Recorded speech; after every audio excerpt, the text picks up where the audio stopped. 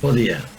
Imos presentar neste proxecto de videotutoriais un traballo sobre algúns dos xogos tradicionais galegos. Entre os escollidos están os pelouros, o trompo, a petanca, a corda e os zancos. Rematará o traballo cunha exhibición do lanzamento do trompo máis pequeno do mundo. Imos aló.